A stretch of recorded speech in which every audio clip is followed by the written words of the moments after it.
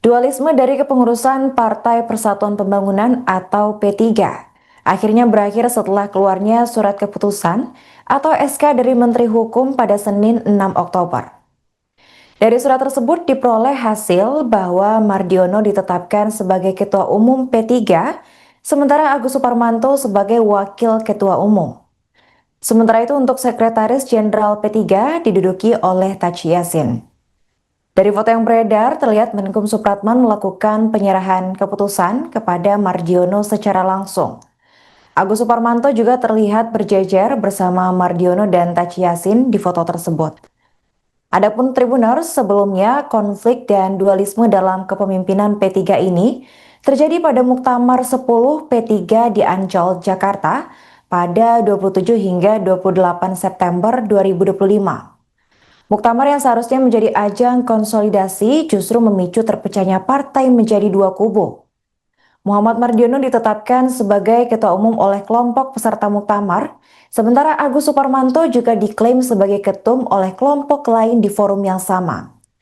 Kedua belah pihak sama-sama berpendapat bahwa pemilihan mereka itu sudah sesuai dengan anggaran dasar atau anggaran rumah tangga ADART partai. Hari ini kedatangan tamu Ketua Umum Partai Persatuan Pembangunan Bapak Haji Muhammad Mardiono.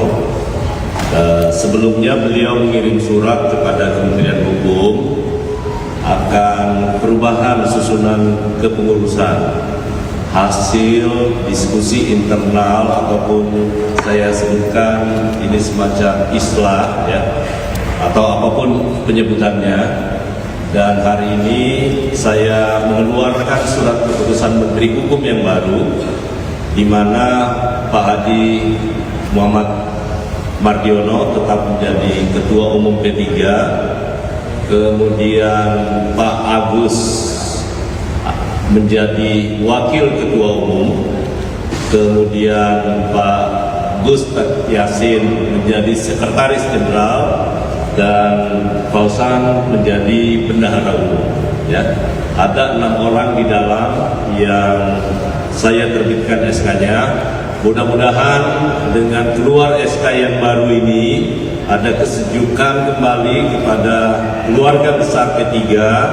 Kami dari Kementerian Hukum berharap mudah-mudahan nanti segera mungkin untuk bisa melengkapi susunan kepengurusan yang lengkap, dan Kementerian Hukum siap untuk segera mungkin menerbitkan SK yang baru. Juga tadi di hadapan saya sampaikan bahwa P3 akan segera menyelenggarakan Mukernas, dan itu akan dilakukan oleh pengurus yang baru hari ini. Waktunya nanti kami serahkan sepenuhnya, tetapi saya bermohon untuk bisa dalam segera mungkin itu bisa dilakukan. Saya rasa itu dari saya. Selanjutnya saya persilakan ke Pak Ketua. Baik, terima kasih. Assalamualaikum warahmatullahi wabarakatuh. Salam sejahtera untuk kita semua. Terima kasih rekan-rekan wartawan. Sore hari ini kita bersyukur dapat berjumpa.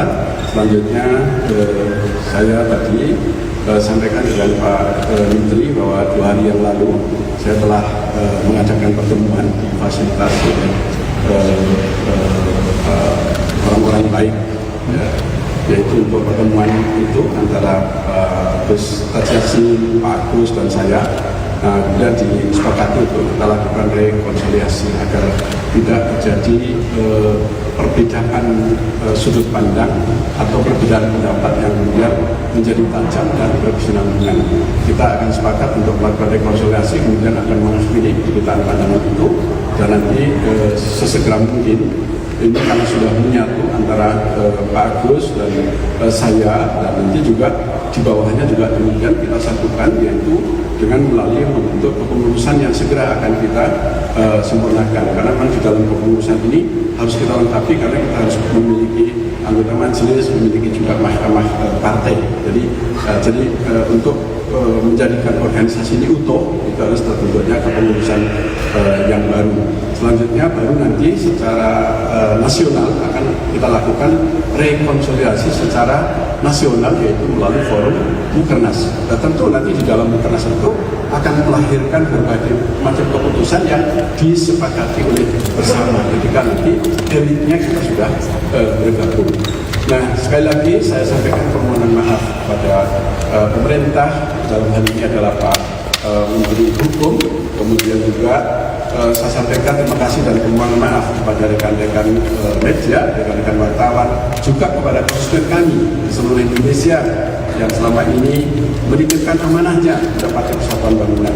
Saya sampaikan juga permohonan maaf pada masyarakat seluruh Indonesia kalau kemudian terganggu adanya terjadinya kegaduhan di dalam penyelenggaraan muktamar. Insya Allah ini akan menjadi evaluasi dan introspeksi bagi Partai Persatuan Bangunan bagaimana untuk ke depan organisasi ini menjadi kokoh, kuat, dan nanti menjadi bagian dari perjuangan umat yang selama ini coba kita terus lakukan. Mungkin demikian yang dapat saya sampaikan. Sekali lagi saya mohon maaf yang sebesar-besarnya. Terima kasih. Pemirsa, Ketua Mahkamah Partai Persatuan Pembangunan atau P3, Ade Irfan Pulungan, mengungkap alasan Agus Suparmanto berdamai dengan Mardiono. Padahal sebelumnya dua pihak tersebut bersikeras untuk mengklaim dirinya sebagai ketua umum dari P3. Bahkan perselisihan ini hingga menyebabkan terjadinya kericuhan saat Muktamar 10 P3 di Ancol, Jakarta pada 27 hingga 28 September 2025. Adapun alasan perdamaian itu diungkap Ade dalam keterangannya pada Senin 6 Oktober. Menurut Ade, alasan Suparmanto memilih menerima ajakan damai dari Mardiono adalah untuk mengakhiri dualisme kepemimpinan partai. Menurutnya, ada potensi pemecatan yang bisa dilakukan oleh Mardiono untuk mengancam DPC P3. Mereka juga berpotensi mendapatkan pergantian antar waktu atau PAW jika dualisme masih berlanjut. Pertimbangan itulah yang akhirnya membuat Suparmanto mengalah dan menerima kesepakatan damai menjadi wakil ketua umum P3 di bawah kepemimpinan Ketua Umum Mardiono. Pertemuan ini dimediasi oleh Kementerian Hukum dalam rangka penetapan kepengurusan baru dengan merangkul kedua belah pihak. Islah atau kesepakatan damai ini diterbitkan oleh Menteri Hukum Supratman Andi Adgas di Jakarta pada Senin 6 Oktober. Jadi itu tidak kami lakukan karena sudah dimediasi dan bahkan sekarang ini Pak Menteri sudah sebagai wakil dari pemerintah untuk menyatukan kembali.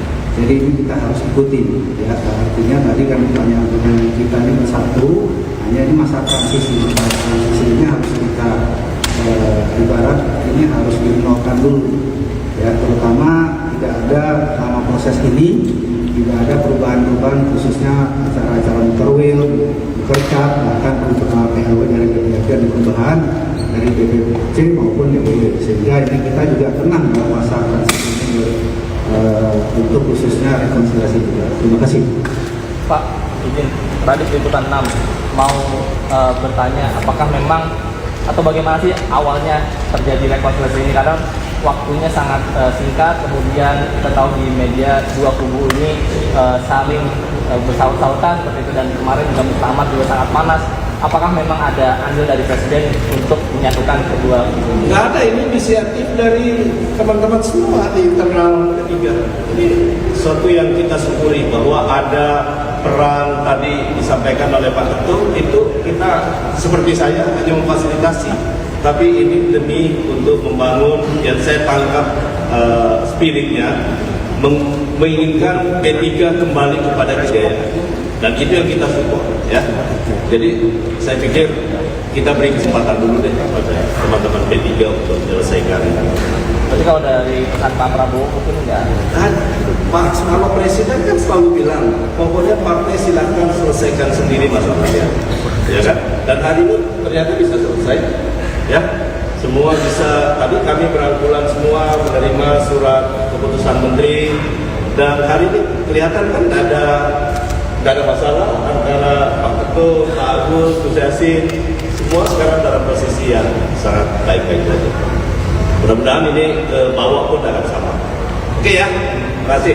Download Tribun X sekarang, menghadirkan lokal menjadi Indonesia.